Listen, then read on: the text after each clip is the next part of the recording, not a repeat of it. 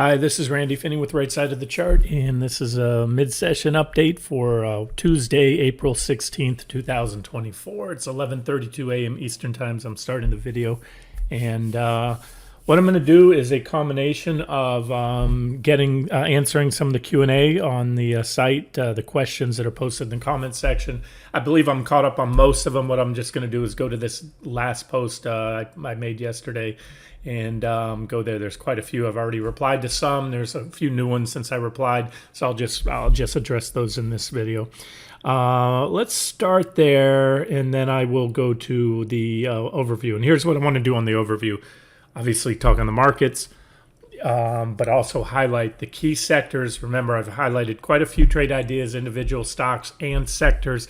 And as I often say, 9 times out of 10, if not 10 out of 10, I can outperform if I get the call right on the broad markets. Of course, I'm right on that, and then I go long. If I'm bullish the markets, long the most bullish sectors and/or the most bullish stocks within those sectors.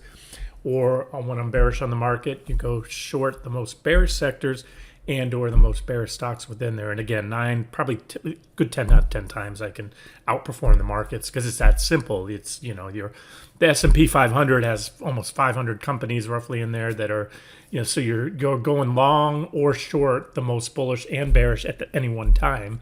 And there's a lot of different sectors. Even in the NASDAQ 100, they tend to have more correlation there. But again, I think that's a pretty simple concept if you can understand it. So if you're reading the charts right, then I'll hit on that, some of the sectors I've highlighted recently, and I'll just reiterate, as I often do, there is a benefit. There's multiple benefits in trading the indexes: safety in numbers, diversification, simplicity. You don't have to be as concerned about earnings, especially when you're trading individual stocks. But even then in the sector, if you're concentrated in trading sector ETFs and one big leader in that sector has earnings or a big news event. So just know that. And that's why it kind of goes down to, you're going to get more bang for your buck, more risk and more reward trading individual stocks than you will sectors. And you'll have more risk and more reward trading individual sectors than you will the market. I think that's a simple concept. It's also a little more work to do the individual stocks or sectors. Sector ETFs are pretty simple. Okay, so I'll get to those. We'll do a quick overview. Let me talk on questions here real quick. This one was from yesterday. Please, if possible, continue to touch on VIX levels. Not sure if it's better to write out if catalyst happens or in and out strategy. Great question. Kind of goes to define your time frame, whether ride it out, sit tight, or in and out. I will tell you, generally speaking, at this point, now that we're under 433 on QQQ, we've gotten the signals I've been looking for. The VIX charts continue to firm up. I'm going to speak generically or here for the majority, and I would say, yeah, that's probably better to just sit tight. But again, I like to tactically, add or subtract. When I talk about adding or subtracting, I may on a, if it looks like we're going to have, let's say, a bounce in the stock market, pull back in the VIX, because the stock market is at support and the VIX is at resistance, I may, lighten up. And again, that's what I call active swing trading. Sometimes I'll just outright reverse and cover and go short. Probably getting a little ahead of it, but generally speaking, probably ride it out until we get to the the targets I'm looking at on the QQQ in the market in most stocks and sectors, which is back down to the 200-day moving averages. About 10% drop. So here, but this is, I put a lot into this reply, and I think it's worth it. This is, again, from years of experience, what I've learned. So, I went on to say, I'll cover those VIX levels targets in the next video, which I'll do here in a second, or give you a chart screenshot. But basically, I trade the VIX this way. When expecting a half decent or better correction in the stock market, and if the charts of the VIX confirm, i.e. they're setting up bullish, you want the equity markets to be setting up bearish, and of course the VIX also to be looking bullish. And almost always they are. If you have the indexes in, let's say, a bearish rising wedge pattern, you usually have the VIX in a bullish falling wedge pattern or something comparable. Remember, the VIX is just going to move opposite the stock market, but not always. I want to just kind of, because I always like to, very careful with my words in some of these replies. when expecting a half decent or better correction in the stock market. What does that mean? Okay, I'll tell you what it means. In a strong bull trend, a regular correction, a little pullback, 5% or so, often doesn't do much. The VIX is unresponsive. They're selling volatility. So there are times that you just don't even want to mess with the VIX. And I also, if you've noticed over the years, I've been kind of highlighting my longer term outlook for the market, waiting for that next big turn to the downside. But I wasn't really highlighting VIX until just recently, when it looked better and better and better. It looked like we were going to break the bottom of the range. So I just want to say that stay away from the VIX when it's at the low end of the range and you can't make a very strong case for a major turn in the market, 10+%. Those little 3-5% pullbacks really aren't going to give you much. You can get a little pop here and there, but it's not worth it. It's too hard. Okay, so at that point, if you've got again, you can make a pretty strong case for a sizable correction or better, maybe a major turn, the new leg down in a bear market. Then I will be long the VIX when I can make a good case to short the market, aligning entries and exits with buy and sell signals or bounces back into resistance on the equity market. So as I just said, you can almost blindfold yourself, not even look at the chart of the VIX. If you're trading QQQ, or really SPY, remember the VIX itself tracks a SPY. They do have a VXN, the VIX Volatility Index, more liquidity in the regular VIX. That's just my trading proxy. Okay, so trade it with one eye on the markets at all times, never on the charts of the VIX alone, but all the better if that confirms. Okay, basically I will look to exit a swing trade on the VIX shortly before I plan to exit the index shorts, because the VIX usually peaks first and then the stock market bottoms. Again, I don't want to go too long in this video. It'll be one of those hour-plus videos. You can look back in time, go to 2009 before the stock market bottom, go to COVID, go to a lot of instances where the VIX had major moves, and you will see that. And that's one thing. Again, if these are little takeaways. Hopefully, that in some cases took me years to figure out or learn. So that's one thing there. So I'll use that example right now. You guys know I'm calling the Qs back down to the 200-day moving averages. I have T4, T5 just below that. T4 comes in right around there on my daily chart. So therefore, here, let me show you. And again, charts are dynamic, and so is my analysis. This is kind of a moving, plan. So we go down here, and if we start to pick up momentum, and however we get there, I think it'll start to snowball as we get going. If these sell signals hold, I'll address that in a second. We get down here. There's T4 right around. It's at 395, and then, like I said, we may overshoot it. Would be my guess. If you ask me what's going to happen today, of course, as soon as we get down here, we'll see what the charts look like and what everything's going on. If and when we get down close to the 200s. So that's where I expect most likely. If we get there soon, you'll have a lot of dip buyers coming in, shorts covering, blah, blah, blah, blah, blah. Algos stepping in, buying the 200, even if it's slightly undercut. And therefore, the VIX will probably top before we get there. And so at that point, as we're coming down to those, again, I'll be looking at everything, including the chart of the VIX. I'll most likely be closing out my VIX trade early, not trying to milk every penny of this short move in the market down via the VIX, and then at the right time I'll close the index shorts right after that, again in a perfect world, and then even reverse long for a bounce. So most likely, again, we'll see where we are at the time. Okay, so that's sort of the kind of rough framework of my plan. As of now, plenty of downside left in the stock market, assuming, in big cap letters, assuming my read's correct. So sitting tight on the futures for now, and I've been rolling in just today to earlier today, close out some of the April, because April's, I think they trade through tomorrow or something like that. They're coming up. The VIX contracts have a different expiration date than stock index contracts, and so rolling some of those into the May contracts, and that's that. So let's see.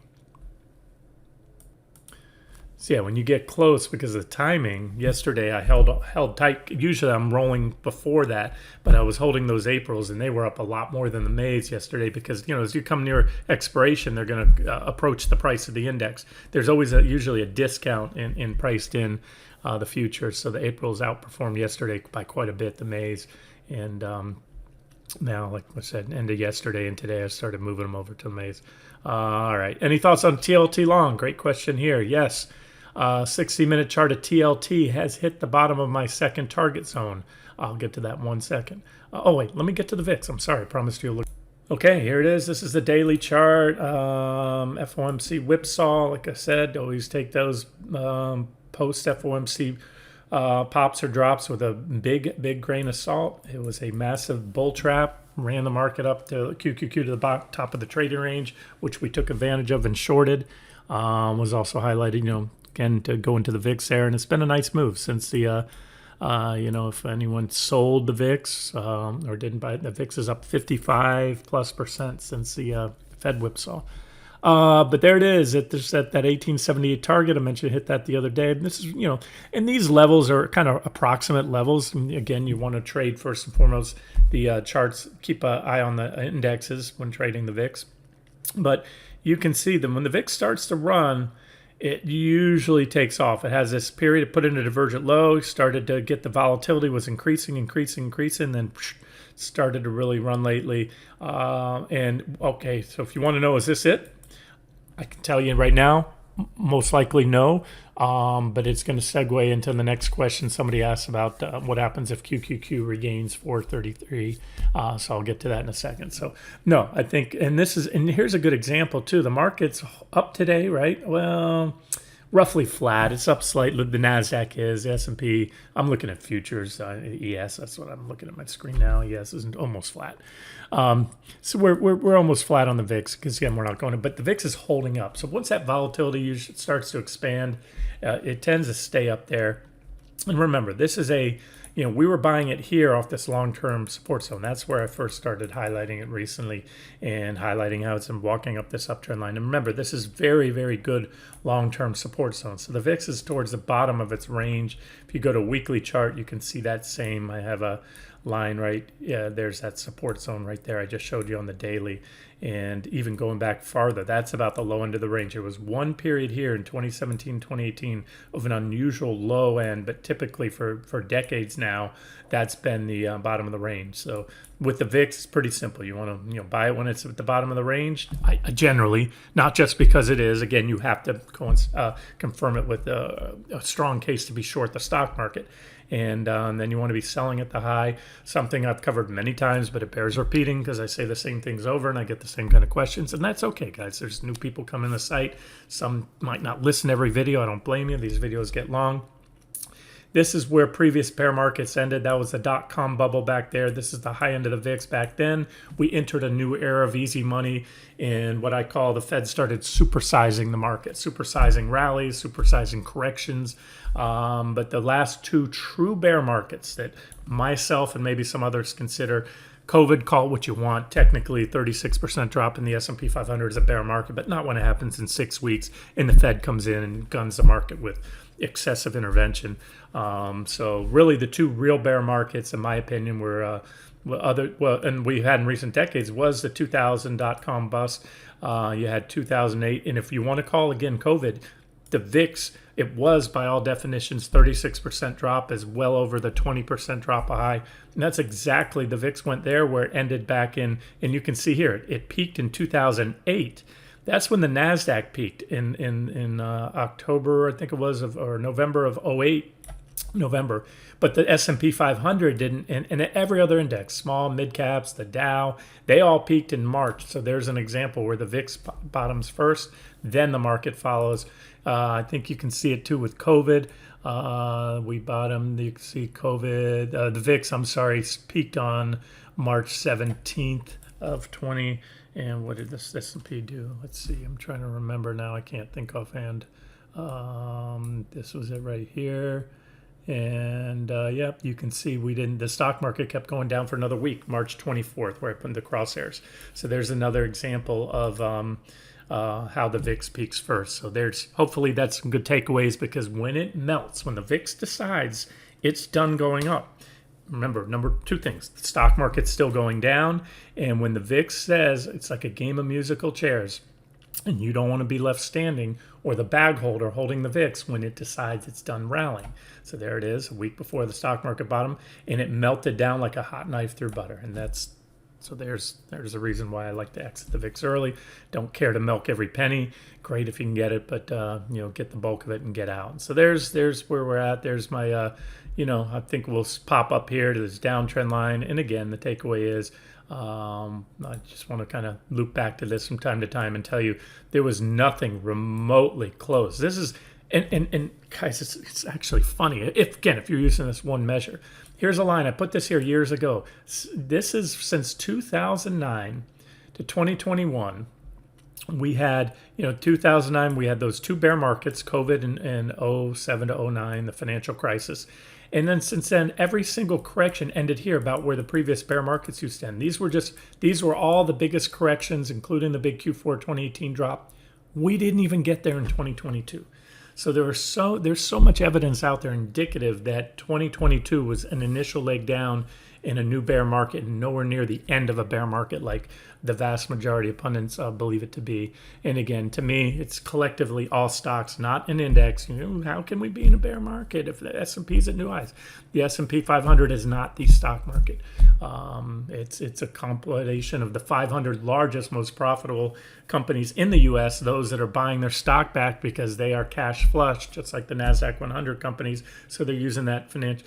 When you look down and look at the Russell 2000, still well off its highs, mid caps, everything else. So the majority of stocks are in, or at least have not made new highs. So only time will tell if they're still in a bear market. And this is just a big end of a bear market rally, as I strongly suspect. Or are the majority of stocks going to new highs?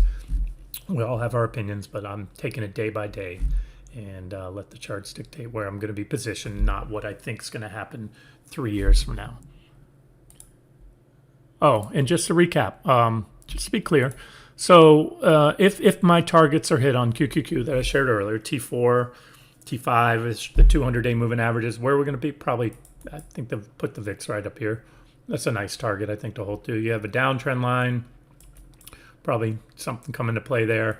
So again, the rest is going to be contingent on this breakdown holding and then other things breaking down. We've gotten more check marks, as I mentioned, in the last couple of weeks here, but we still have actually most of the majority of the former Mag 7 stocks are still holding above my key support levels.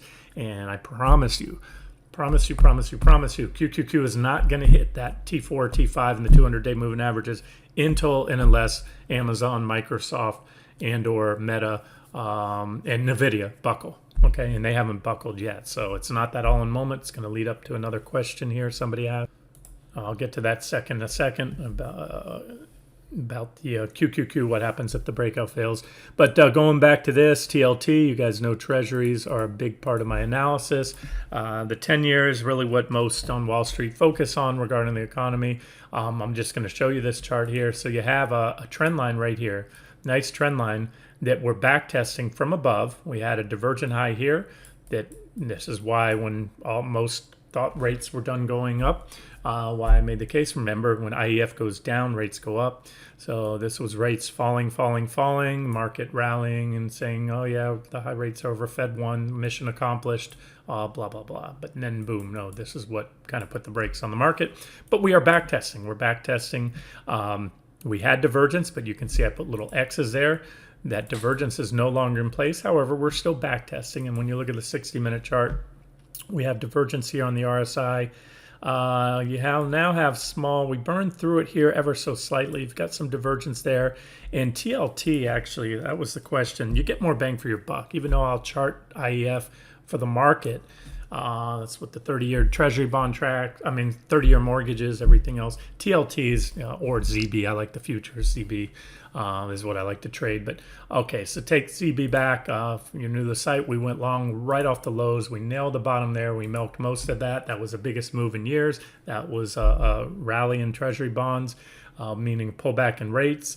Market got giddy, just like I like to do, being at the top spot. We didn't short right away. We shorted, I think, on that trend line break, and I gave you 2 targets and 1 potential third target. I'm still not. It's a potential means maybe, maybe not. If I take the word potential away, means I think we're going to get there. But these were T2, T1. It was a zone. It was hit here, the bottom of the zone, which is right there, the blue line, 92.14. And that's there because it's support. Support once broken. Once we took out my T2, bottom of T1 zone, we went right down to T2. We hit the top. I pointed out the other day when we were there. And now we're at the bottom. So that's support right there. We do have positive divergence on both the PPO and RSI on TLT. That's a 30-year bond. And so I think it's a great time. I've been talking about lately, but personally, I've taken some now today. I'm going to use that as an indirect hedge to my index shorts. What does that mean? Well, one of two things will cause TLT to go up. Organic or natural causes of inflation, interest rates going down, or interest rate expectations. So in other words, an abatement of inflation, maybe crude goes down, maybe for whatever reason, or you also can have a flight to safety bid, whereas institutions buy that. So if you are short QQQ and QQQ goes up, any long here should offset it, but you have to take I usually suggest a double. I usually myself will take at least a double position size. What does that mean? If you've got, $1 short QQQ, you want $2 long TLT, because Treasury bonds don't move as much in percentage terms. So 2, sometimes even a 3-to-1, depending on how confident you are in the charts, will then offset that. So if QQQ rallies 3% in a day, Treasuries should rally 1.5. If they do, and you've got a double position, then you're going to offset that. And then, of course, there's the pure play, where you can see stocks go down, and you could see this continue to fall. So far, remember, falling TLT has been bearish for the stock market because that's rising rates. So that's why I like these indirect hedges, because sometimes, quite often, I get them right, and I make money on both. So I'm kind of hedged, because if the stock market does start to rally, it'll almost certainly, I think, entail an abatement in interest rates. So you'll see Treasuries rally. That will be the catalyst if QQQ does fail to break out and get back above there. Where to? I'll at least ride it up to that downtrend line right there. And then again, we'll take it step by step. So there's TLT. Take it, leave it, up to you. So yeah, there it is. TLT would make a nice indirect hedge to a QQQ or a WM or whatever index short you have. And then, of course, positive divergence, oversold bounce. Mike, can you give us a reason for your pullback beyond our current range? If I understand that question correctly, because the NASDAQ is broken down below the trading range, meaning 433 on QQQ and 1800, I think it was, on NQ. And it did so following divergent highs on nearly all time frames from the intraday charts out to the monthly. So pretty much for everything I've been talking about for months now, that's all playing out. And I've been making the case as to why I favored the downside break. And now that we broke it, indicates more downside unless it fails, which brings me up to this excellent question. Randy, playing the what if game, what if QQQ was to get back above 433 in a meaningful way? What would that do to your analysis? Great question, honestly. Solid recovery back above QQQ of 433, I meant to interject there, would mean the breakdown failed and would in itself be bullish. By in itself, in little quotations here, it means I would look at other things to see if they confirm that bullish technical event or if they refute it, such as Treasury yields. In other words, QQQ goes back above 433, but then Treasuries start making new lows. The yields continue up, and Treasury bonds take out the recent lows and continue to fall, especially if they get into my red zone. I would sit tight on the shorts. I would then bet that the 433 recovery will fail. I'd have a high degree of confidence in that if we get in the red zone. What's crude oil doing? Well, I've already made very clear to you that by every time it looks like crude's pulling back, and okay, crude's top, boom. So crude's been pushing up there high into my orange zone too, and that is the real-time inflation indicator right there, crude oil. What's the current technical posture of other key indexes and sectors and market-leading stocks at that time? So again, in a vacuum, if I couldn't look at anything else, and QQQ went solidly back 433, especially a solid daily close, or going 435, going up, yeah, I'd have to cover shorts and maybe even jump on that and go long, because we're probably going to run to the top of the zone. And as I said, if we get back to the top of the zone, in my opinion, we're probably going to pop it and go to new highs. So the more of those things that confirm in other words, that are bullish, more sectors recovering levels. Let's say they've also regained any key recently broken support levels, moving averages. We had some indexes drop below the 50-day moving averages recently, some other ones. Then the higher chance that a solid recovery back above 433 will be followed by more upside back up to, and then quite likely a breakout above the top of the range and new highs in the market. So that's kind of what I just said. Lots of variables, so first things first, and let's see if we get that. And if it happens, guys, I will be posting frequent updates and my thoughts. And it's certainly possible. Everything's possible. Just because we took out 433 on QQQ, as I said, I've been talking about it so long that it almost kind of smells a little bear trappish, just because it's now become so obvious to everybody, and it'd be a great scenario. But again, I will watch everything collectively. I'm taking it on face value now. There's no reason not to.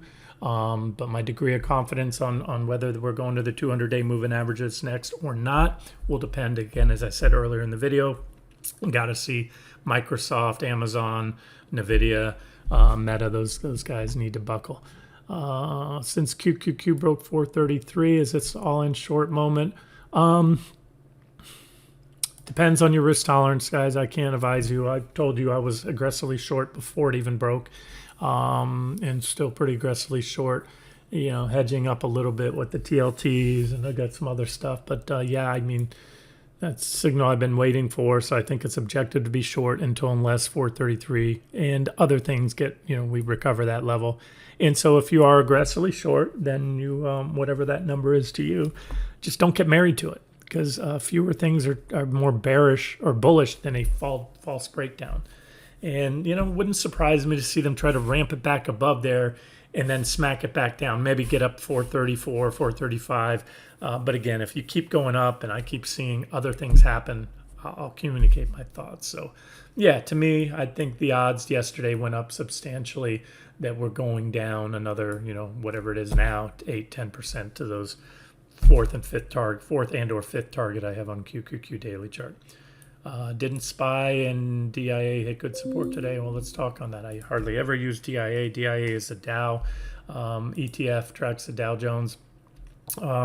It has a pretty decent support there. It hit about 377.56. Why is that decent support? You had a beautiful little trading range right here. There's an example of how those things usually determine when you get in a trading range. Whichever way it breaks is typically the next trend.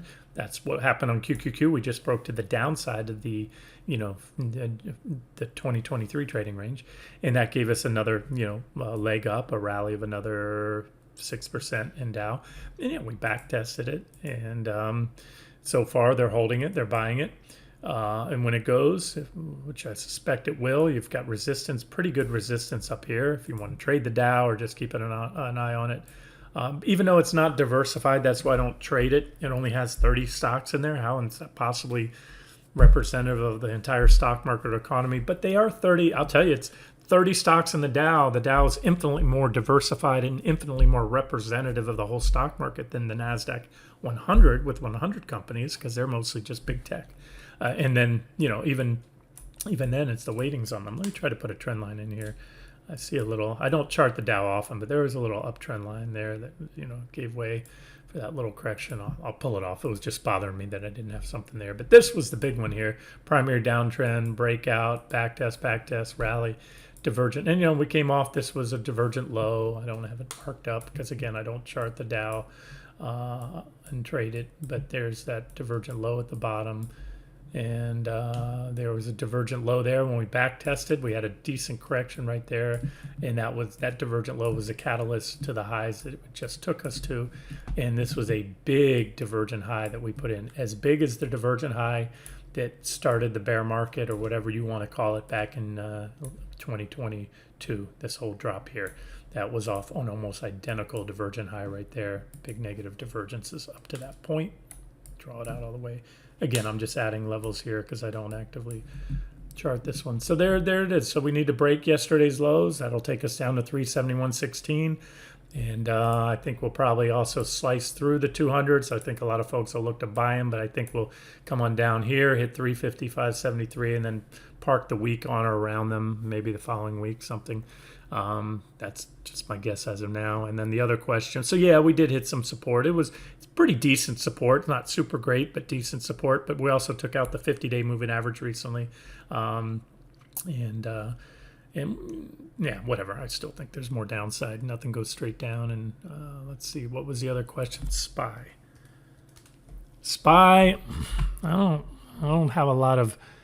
Here's my other board on SPY. Oh yeah, my 582. Yeah, my yellow level. Thank you. I did have that. That's my board I've been focused on lately. 50281. I had a support yesterday. We hit a low of 50358 today.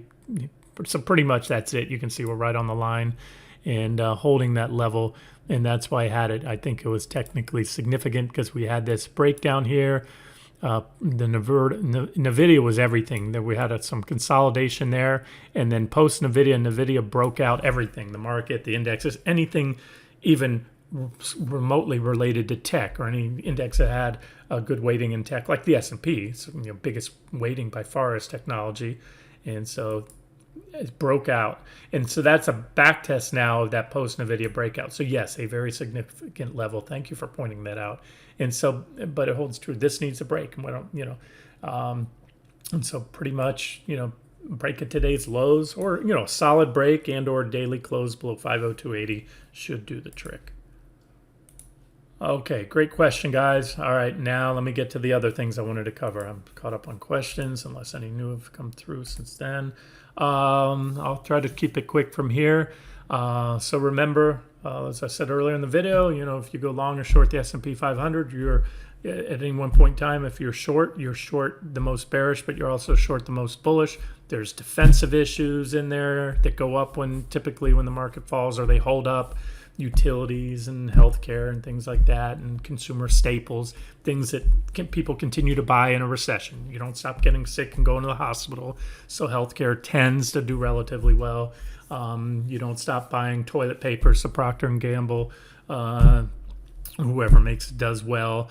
And so those are things that are a lot of that in the S&P, not so much in the NASDAQ. NASDAQ's a more growth tech stock oriented. So if you want to outperform the market, the trade ideas I've given you in recent weeks, XHB, the home builders, short, working out beautiful. I had enough confidence to even highlight it before we breakdown back test. It's been falling. It's, as of today, down almost at the lows, almost 9%. There was a little support there, but it took out my 103.21 target after hitting it, and took out the 50-day. And now any bounce back to that level should provide an objective entry. Max bounce target, I would keep a stop, not too much above there. That's a pretty important level right there. We had support after the breakdown and back test, and then gap down, and so that would be an objective short entry if we get back there. I don't think we're gonna. I think this market's gonna start being mean to the longs. By that I mean not letting them out. I think we're probably today's a little consolidation. But look, the sectors I've highlighted still look down. Here's 1.35% down again today on XHB, even after coming off the lows. My next target there, target after that, and then target after that. So we got a lot of downside left in XHB. Also, IAI, I like the broker dealers. And there's a theme here, guys, I'm going to get to in a second. So IAI, that's the broker dealer index, breakdown, back test again, and clearly moving lower. This was my measured target there based on the rising wedge and where I think this thing's going. I gave you targets already on this one quite a bit. And so it's certainly playing out and leading the market, outperforming the market to the downside. I also gave you EATZ, the restaurant sector ETF, and boom, right, hit my $23 target now. I was highlighting, I believe, pre-breakdown. It's about 7% gain. I do believe there's plenty more downside. I'll give you additional targets. Again, I think this is the beginning of a much bigger drop with more to come. But just wanted to point out that these are the things that aren't really bouncing today. At least most aren't. PEJ, I also gave you kind of related trade. That's the dynamic Invesco leisure and entertainment portfolio. Same thing. So this is, and there's a common theme here. I'm not just updating trades. I am doing that. And look, nothing but red sticks since the back test. So if you missed the breakdown, you had a chance on the back test. If you took it, then just in a few days you made 5%, and you're in a sector ETF, so you don't have to worry. Obviously, a lot bigger gains on some of the individual stocks that I mentioned in the restaurant and leisure sector. Those are obviously dropping more, but that's a safety in numbers thing because it's an ETF diversification. And then on a related note, XRT, retail sector ETF. This, consumer spending came out today and it was good. And oh yeah, I hear the bulls. Consumers holding up. Okay, the consumer's holding up so well. You trust the numbers, buy the market. This tells me what's going on. This is XRT. I've highlighted many times. This was major resistance. We had a false breakout followed by a breakdown of the bearish rising wedge. And the false breakout took us back into the trading range where now we just hit my 70.82 target. We hit it yesterday and we cracked through it today. We're on it right now, my next stop. And as I said, from my experience, once you fall back in a range on a failed breakout, ultimately you're going to zigzag down, but you're going to go back down, I believe, to the bottom of the range. And that's still plenty of meat left on that bone. Now, what did I just go over? I went over a few things. I went over home builders. So what are the biggest components of the stock market to the economy, to the consumer? Unfortunately, in this world, especially this country too, we have the haves and haves not. The have-nots live paycheck by paycheck. They don't have a big 401k. They don't have NVIDIA. They don't have meme stocks. They're just trying to get by. So let's talk about what moves the stock market, people that have money to put in it. And what those same people tend to be homeowners. The have-nots tend to rent. So let's, again, not trying to be callous, but let's focus on. So we all know this. This is fact. This isn't my opinion. The two biggest things that drive consumer confidence are home prices and the stock market. Okay, obviously having a job, but immediate day to day, of course. So the two things, because your home price goes up. You buy a home for $500,000. A couple of years later, it's worth $800,000. Wow, man, I just made $300,000. Here's my nest egg. So you feel good. That's common. You can chart the housing market with any of the sentiment indicator, and more so the stock market. That's more real time. Everybody watches their 401ks and everything, so tick by tick. So what I just showed you here is that this is not the housing market. I know that, but it kind of there's some correlation here. It's the home builders ETF, and it put us on the sell signal, broke down. We've been short this one, and I think plenty more downside. I can tell you, and it would be a whole different video. I go to Fred, which is the St. Louis Federal Reserve, I believe, the Fed's website, and there's a ton of housing indicators in there and charts to watch. I watch them. I watch Redfin, Zillow. And boy, I'm seeing just everything I saw in 2007, pre that, home prices going up. Just when people thought they couldn't go up forever, well, all of a sudden what they did for a while, they stopped going up. They didn't turn. But then the days of housing market doesn't turn fast. What happens is days on market, more listings. I'm seeing it all happening now. Every listings are flooding, especially down here where I'm at. Days on market are shooting up, and prices have actually already turned. And so that's going to be a slower roll.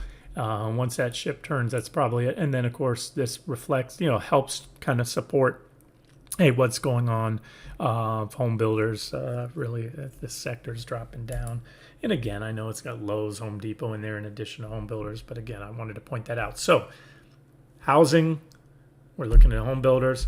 IAI or broker dealers, so there's your stock market. Remember I talked about IAI.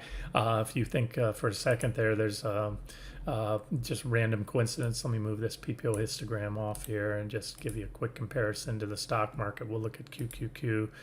You can see now as I overlaid that the blue line there, which is QQQ, on top of IAI. I've done this long enough, guys. I listened to Goldman's good quarter, and we had a blip up. Market was strong in the first quarter, right, of the year. So I think was it Goldman? Yeah. So their wealth management sector was up. They had more deals they brought to market because of the strong market, bringing out IPOs and all that. But I can tell you, it ticks tick by tick. And there's actually more better than that. There's usually, you can see here, when this starts to turn, ultimately then the stock market turns. Look, IAI peaked here, Stock market peaked there. What kept going up made a higher high. IAI, the broker dealer index, peaked here. Stock market peaked there. They both peaked around the same time there. Those COVID things happened fast. Peak there. Stock market peaked later. And if you roll in here, you can see that IAIP, well, I'm looking at QQQ. SPY held up a little better. If I overlaid SPY, you'd see that. So either way, you can see now IAI appears to be rolling over, not just because they're down by a few weeks, again, based on this bearish rising wedge breakdown, and there's where we're at. So again, those are the pillars of what keeps the stock market, keeps the consumer up. Consumer spending is 2/3 of GDP. Just like until NVIDIA dies, the stock market will not die. Until the consumer dies, the stock market won't die. And there is evidence, I think, the consumer is rolling over, contrary to the retail sales numbers that came out today and recently. And the jobs numbers, those are, again, time will tell. When the revisions kick in, it's going to be a big mess, in my opinion. Okay, and then and the other pillar, of course, same thing with the consumer, was XRT. Okay, so all right, so this isn't jiving with what came out today or what we've been seeing lately. This is a hard sell following that wedge break, and so you see a lot of the consumer retail stocks are going down quite a bit. And of course, also remember, that's the restaurant sector. That's a big one.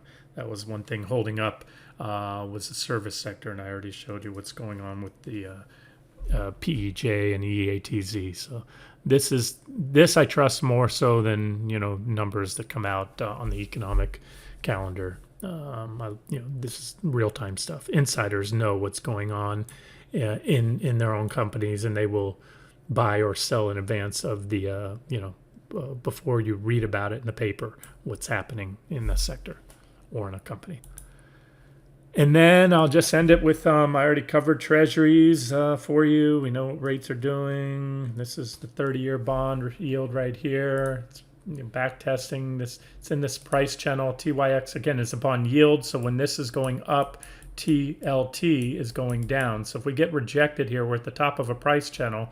I could see a move back down to the bottom of the channel here, and that would be a long in TLT, swing it down there. Or you have support right here, about 45. That's 4.5% on the 30-year bond. TNX, that would be a logical place to maybe take some profits. TNX is also riding up a comparable, back testing a comparable trend line. And although I don't have it, on the chart, I'll put it here right now. It's not as well defined as the uptrend line on TLT, but we can put one there roughly. And so that's what's going on there. But what I wanted to tell you guys is I watched very closely credit yields in the past couple weeks, maybe last month or two. I told you I think there's one of the biggest one of the biggest underpricing of risk that I've seen maybe in my lifetime. Credit spreads have been extremely low. And for you those not familiar, credit spreads is the difference between what a treasury bond, which is no risk, what they're paying, and what junk bonds or below investment grade bonds are paying, corporate bonds. And normally there's always going to be a spread because you're taking more risk on a corporate bond. But at this point in time, or recently, there's been virtually no risk priced in the market. And so those are the things where crashes come from. When the market's not appropriately pricing in risk, when the market's discounting a volley of 300 cruise missiles and ballistic missiles and drones sent from one of the Middle Eastern's largest, this is Iran. It's not like a couple of tribal fractions in Sudan, fighting with each other. This is Iran attacking Israel. Like I said, that's tantamount to war when you send not one but 300 missiles to try to wipe out the country and their population or in their infrastructure. It's just whatever. Okay, the market shrugged it off because with the help of the U.S. we shot them down. How many they're gonna, we'll see what happens, guys. You guys have your own opinions. I'm just trying to tell you that if something goes wrong either on the geopolitical front or on the U.S. economy, all of a sudden one day we get a really bad jobs number, and then that's followed by another one. Because historically, and I've showed this before, the jobs market, the unemployment number, the jobs market's at a historic low end of the range.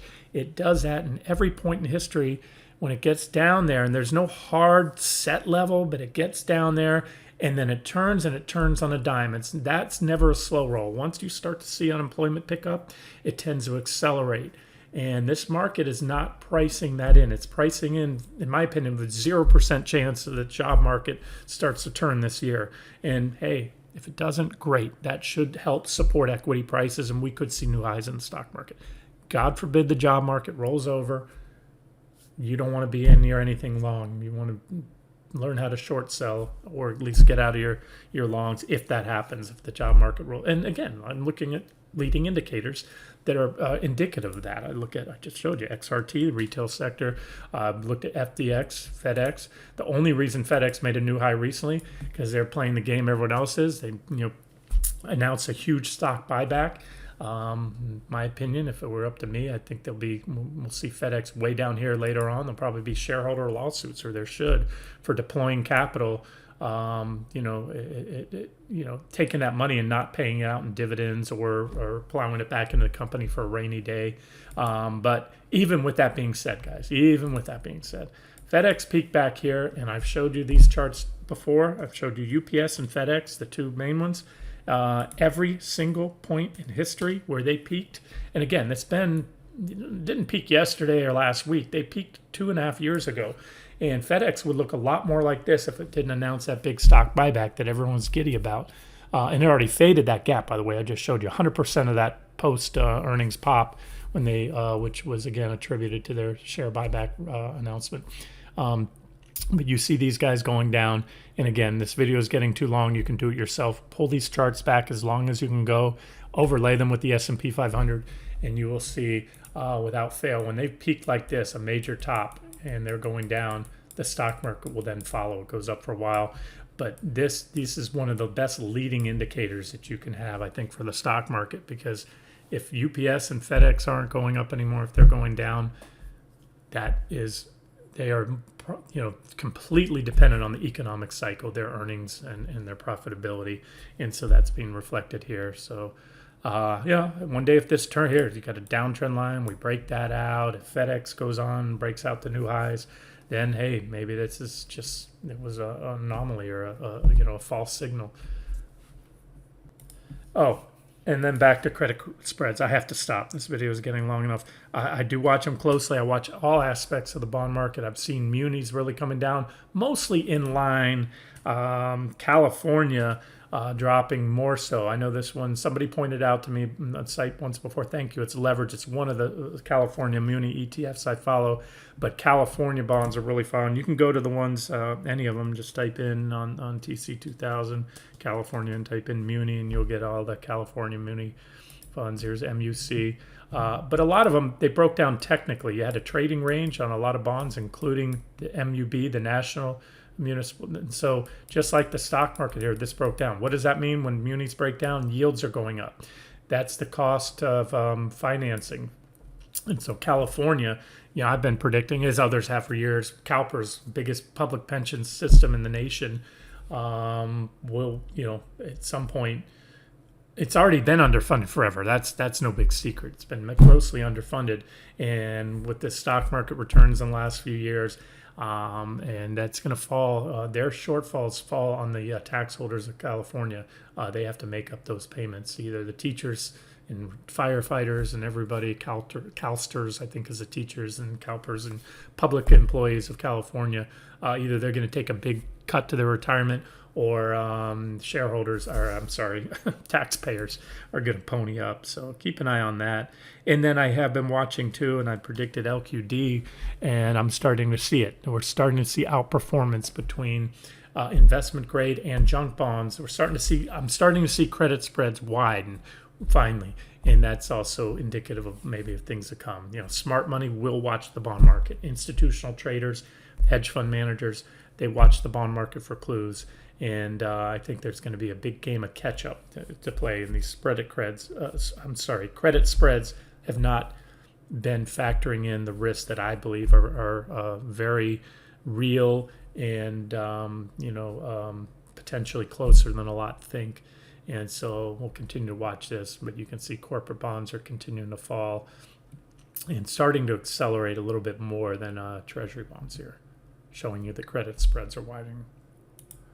Okay, and to wrap it up, I started with QQQ earlier. I covered that, but this is comparable to the QQQ 433. It's about 1800 on NQ NASDAQ 100 futures. Remember, this is our 2024 trading range right here throughout most of the year. Started in late January, February. We've been in the range. There was that post-Fed pop, that divergent high we shorted. We swung it down to the bottom of the range. With a longer term target and or a new entry on a break below the range, and that's all. So today is just consolidation. We had a big leg down yesterday. The market's not going down today, but it's really not going up. You can see we're moving sideways here, and we're still well below there. We start getting back up solidly back above that blue line there, I will talk about it. There's plenty of resistance overhead. Obviously, it's going to be net bullish on face value, again, as I said in the beginning of the video. But if it happens, I will be looking at other things that will either to help support the case. Hey, you know what? Maybe this will be the real deal and we'll go up here and then break out. Or no, is it just the powers that be or market forces pulling us back up, dip buyers stepping in? And if they do and they get rejected, no matter how it looks, no matter what I say, if and when we get back above there, if you fall back below and then take out this low, that should do the trick. I mean, we're just consolidating today, so maybe a bear flag too. You know, you've got the impulsive leg down, you've got some flagging type action, and that's the measured target of a bear flag. You take the widest part, you take the flagpole, which is the leg down, into the lowest part of the flag. So use a trend line to do it, and then drag that trend line, just place it to the highest part of the flag just before it breaks down. Let me move that. I might have missed that a little. I see I had, yeah, close enough, guys. So that if it played out as such, it's going to take you down to about 17,415, which would be right around this reaction low right there. Up. That's not a straight line, but I think I brought it back to where it should be. So there's a potential bear flag target. Now, what do you want to see on a bear flag? There's three components. You look at volume, number one. You want to see the move down is on impulsive, on above average volume, which this was. You see the big red volume here. Then you see a period of consolidation that takes an upward shape of either a pennant or a flag, ideally on lower volume, decreased volume. And you go to a 5-minute chart, you can see it better. And then you want to see a breakdown below the pattern, and you want to see that impulsive. And it usually plays out in that equally impulsive manner. And that's what I talked about yesterday, is that, hey guys, I may be wrong here, but if I'm right, I suspect we could see things start to move really fast. And today is, so far, to me, nothing more than just the market digesting some losses after a big down day. And if it is a flag, let me see if it looks that way on a 60 or a 30 here. Yeah, oh yeah. Look at the 60 on QQQ. I didn't see that earlier. I should have covered that. Move down. Very, very much flagging action looking. And so watch for an impulsive break here. And so that what I just gave you here, we'll do it on QQQ, and then I'll wrap the video up. Measured target, top of the where the impulsive move started from down. Add that to the highest point of the flag, and look at that. I had a support level right around there, about 421. And when I do that, if my flag measured target is a little below the support level that I already have, I would cover at that support level. That would be, you know, I give it the benefit of the doubt and cover a little early. Again, if that's what I'm targeting. All right, let me stop it here, get it out to you guys. This has been Randy Finney with Right Side of the Chart. Have a great day.